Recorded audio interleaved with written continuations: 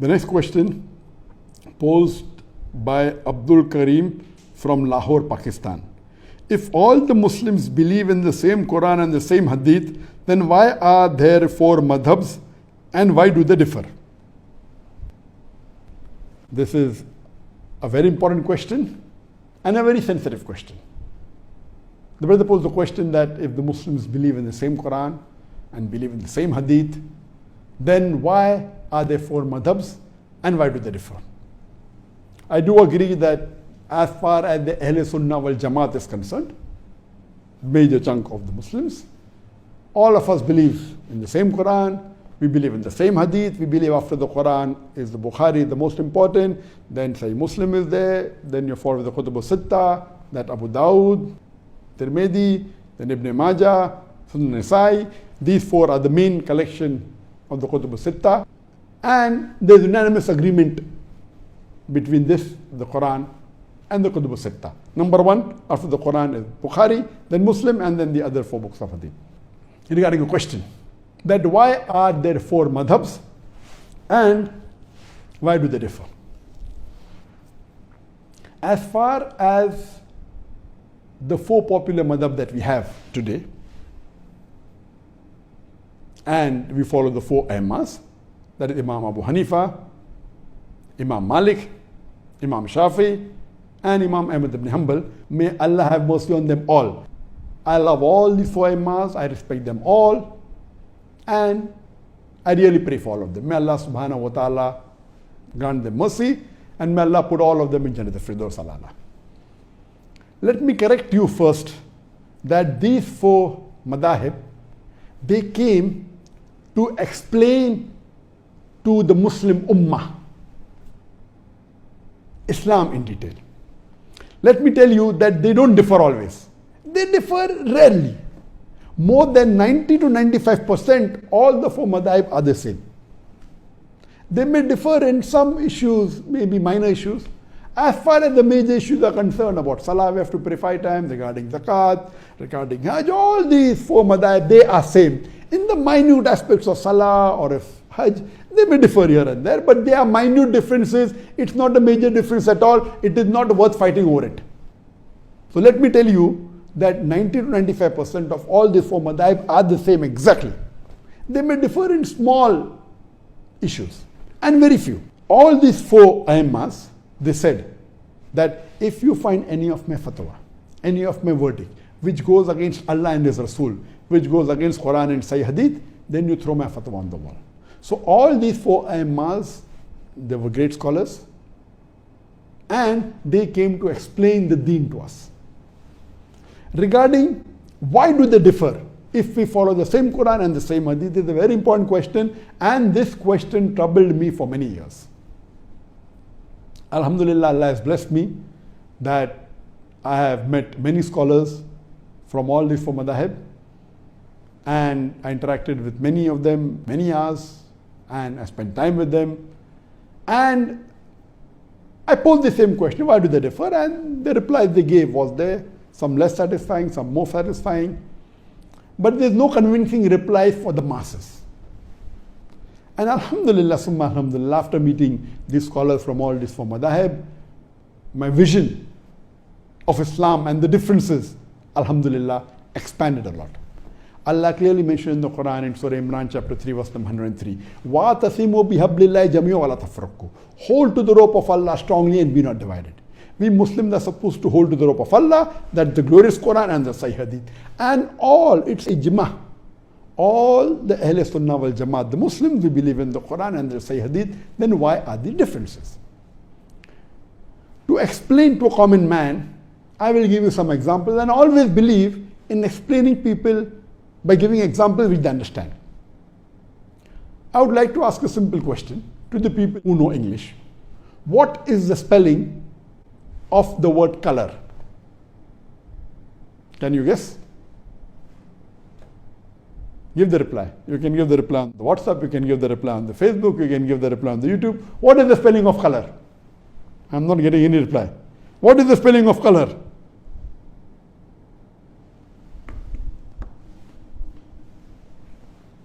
What is the spelling of color?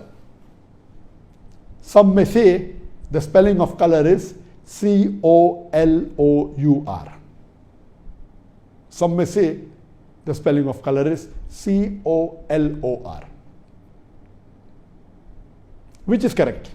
A person who is well versed with English will tell you that the first spelling is the spelling of British English. C-O-L-O-U-R is the British spelling for the word color. C-O-L-O-R is the American spelling for the word color. I am asking the question, which is correct? C-O-L-O-U-R or C-O-L-O-R? And again, you'll have difference of opinion. Some will say C-O-L-O-U-R is correct if he's a British. Some will say C-O-L-O-R if he's an American. Some will say both are correct. But even if they differ, you never find them fighting over this issue. They may differ. A Britisher will say C-O-L-O-U-R is correct. I'm an Indian. We were ruled by the Britishers, and quite a large portion of the world was ruled by the Britishers. So all those who were ruled by the Britishers and we were British colonies, we will follow British English and we'll say the spelling of color is C-O-L-O-U-R. The American will say C-O-L-O-R. We agree to both. A Britisher would prefer C-O-L-O-U-R, but if someone says C-O-L-O-R, fine. We agree to differ. Same with the American, he will say C-O-L-O-R, but he agrees. He believes that is better, but he agrees with C-O-L-O-U-R also. Similarly, this is just an example I've given you. How do you pronounce O-F-T-E-N? How would you pronounce O-F-T-E-N? Some will say often, some will say often. Previously it was often, then it became often. Now new people are saying no, often is correct. T is not silent, it should be pronounced. Some say T is silent, and then there's a big debate for that. But we realize that both are correct in their own ways. Similarly, these schools of thought, four that we have, actually there were many tens and hundreds of imams and scholars. These four, Imam Abu Hanifa, Imam Malik, Imam Shafi, Imam Ahmad ibn Hanbal, may Allah have mercy on them all. May Allah grant them Jannat al-Firdaus to all. They were more popular, or maybe their students made them popular. There were many other imams, many other sheikhs, many other scholars. But these four, their teachings became more popular. Maybe the students made it more popular. And that's how we have these four major madhabs. But all these four great scholars and four aimmas, they never came to bring a division in the Muslim Ummah. They explained their point of view. Because if it's very clear cut in the Qur'an, there is no problem at all. If it's clear cut in the Hadees, the difference comes when there is a difference of opinion. Now, why is there a difference of opinion? I will discuss that. Previously, I used to think, okay, fine, maybe the difference is in the Hadith. Some people say Sahih Hadith, some people Zaif Hadith. That is the difference. That is not the real answer. That may be in some cases. After meeting so many fuqahas and scholars of the different madhahib, I've come with this example of the spelling or the example of pronunciation. So similarly, these madhahib differ. What is the major reason? According to my study, there is usul fiqh, that in areas where it is not very clear cut, Quran says alcohol is haram, there is no fiqh in it. Allah says haram, it's haram. So no one will differ allowed or not allowed. So that's common. Where there is difference in understanding the Quran or the Hadith, etc., then the fiqh starts. So as far as usul fiqh is concerned, there are different criteria for giving your ruling on fiqh. Some may have 5 criteria, some may have 6, some may have 7, some may have 9, some may have even 10. I will not discuss in detail, time does not permit and difficult for common man to understand. I'll just give you a few examples for better understanding. Number one difference is difference in the criteria.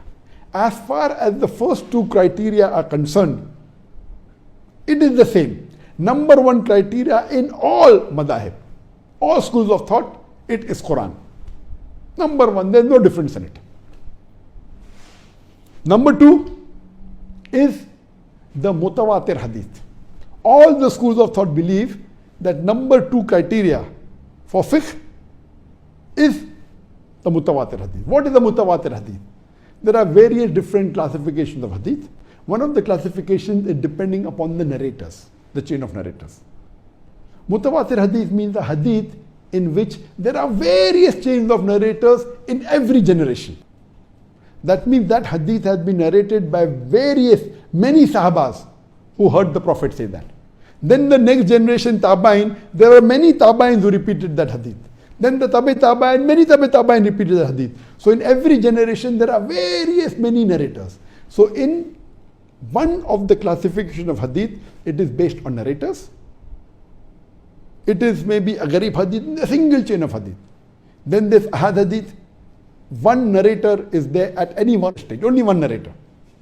For example, the very famous hadith, the first hadith of Sahih Bukhari, Umar radiallahu anh, he said, that the Prophet said, Innamal amal binniyah. Your actions are based on your intention. All you find this hadith in Bukhari, in Muslim, in various books of hadith, but there's only one Sahaba who narrated it. So if any of the stages, where the stage of Sahaba or the Tabain or Tabain, any of the stages of narration, if any of the stages have only one narrator comment in all the hadith, it becomes Ahad hadith. So there are various chain of narrators, but all the narrators end to Umar radiallahu anh, and then Umar radiallahu anh narrated what the Prophet said. So it becomes the Ahad hadith. It may be a mashhur hadith, there may be 2 or 3 narrators, and it keeps on various categories. The highest category is mutawatir. That means several narrators at every stage. That means every stage have many narrators. Number is not fixed, there has to be more than 4 or 5. Every stage. Some are 20, some are 30 at every stage. So number 1 is the Qur'an. Number 2 is the mutawatir hadith. All the schools of thought agree that the number 2 highest category of evidence after the Qur'an is the mutawatir hadith. Third category onwards, the third criteria of evidence differs in different schools of thought. Some have 5 criteria, some have 6, some have 7, some have 10 criteria. In some schools of thought, the third criteria, highest criteria of evidence is even Ahad hadith. As long as it's a Sahih hadith, even Ahad, no problem. It can be a mashhur hadith, it is the third highest. And some school of thought, no. The third after the mutawatir hadith is the urf, is the custom. That if the people of Medina did this act, it is a custom, it is the third highest, higher than even a Sahih hadith, which is the Ahad hadith. Some will say no, it is qiyas, analogy. So different schools of thought have different criteria in order. First 2 is the same, the third may be a Sahih Ahad hadith, some may say no, urf, the custom, some may say qiyas, analogy. Other group, the fourth becomes Ahad hadith, the fourth becomes custom in some schools of thought. So from the third onward, it differs. So based on this difference, some may prefer custom as a higher. So if it is not there in the Quran, if it is not there mutawatir hadith, it is an Ahad hadith. So this school of thought is Ahad hadith. The other says it is an Ahad hadith, but it is not there in the urf. So I will not believe, I will give urf more importance, custom more importance. So the differences arise in what you give more importance to. Do you give importance more to urf, the custom? Do you give more importance to qiyas, analogy? Or do you give more importance to Ahad hadith? From third level, it keeps on differing in different schools of thought. So because of that, what you give more importance to differs. That's how the ruling differs. But all these rulings are minor. What we have to understand, that we have to respect the ruling of all the 4 schools of thought. Because all the 4 schools of thought are based on Quran, they are based on hadith, but the level of importance may differ. Some schools of thought say, they may have a criteria. If you're talking about salah, it should be a mutawatir hadith. Because salah, the Prophet prayed in public, almost all the sahabas saw him. So if you give about salah, Ahad hadith, though it is sahih, I will not follow. If it is salah, it has to be evidence for mutawatir hadith, otherwise I will not follow. That is their thinking. You may agree, you may not agree. You may say no, it's Ahad hadith, one Sahaba reported it, it is sufficient for me. It's a Sahih hadith, fulfills the criteria of Sahih, it is sufficient for me. Other school of thought say no, if it's other matter, I will believe in Ahad hadith. But salah, such an important thing, Prophet prayed every day, 5 times a day, it should be a mutawatir hadith. Difference of opinion. So how do you differ? So the third and the fourth and the fifth level of criteria after the first two differ. This is the reason why the major difference is there in the four schools of thought. It may be difficult for people to understand. Number two, the difference may also be that you may differ that whether it's a Sahih Hadith or not. Some may say it's a Hasan Hadith. Hasan Hadith is the lowest level of Sahih Hadith. Some will say no, it is a Daif Hadith. So Daif Hadith is not a Hujjah, is not an evidence for saying something is fard or something is haram. It may have other values. So the muhaddithin may differ, and when they differ in minute. Some may say Hasan, some may say Zaif. Hasan is the lowest category of Sahih. Classifying hadith on the basis of whether it is Sahih, Zaif or Mawzu is another classification. Sahih Hadith itself, there are 10 types of Sahih Hadith. Then comes Zaif, then comes Mawzu. Time will not permit to go into details. So the second type of difference of opinion in fiqh, besides the criteria, is whether the hadith is Sahih or Zaif. Few. Third, may be difference in understanding the hadith. For example, the hadith of the Prophet ﷺ, that after ruku, the Prophet stood and he kept his hands where they were. So some schools of thought, I'm not mentioning the names purposely, some schools of thought say the Prophet kept his hand on his chest. Before he went to ruku, the hands were on the chest. So after ruku, when they get up, they keep the hand on the chest. The other Aimma say no. Before starting the salah, where were the hands? The hands were at the side. So when they get up from ruku, they keep the hands on the sides. So here you understand that the difference is because understanding the hadith.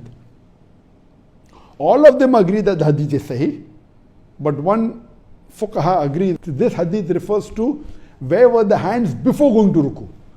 The other fuqahas agree that it was before starting salah. So difference in interpreting the hadith.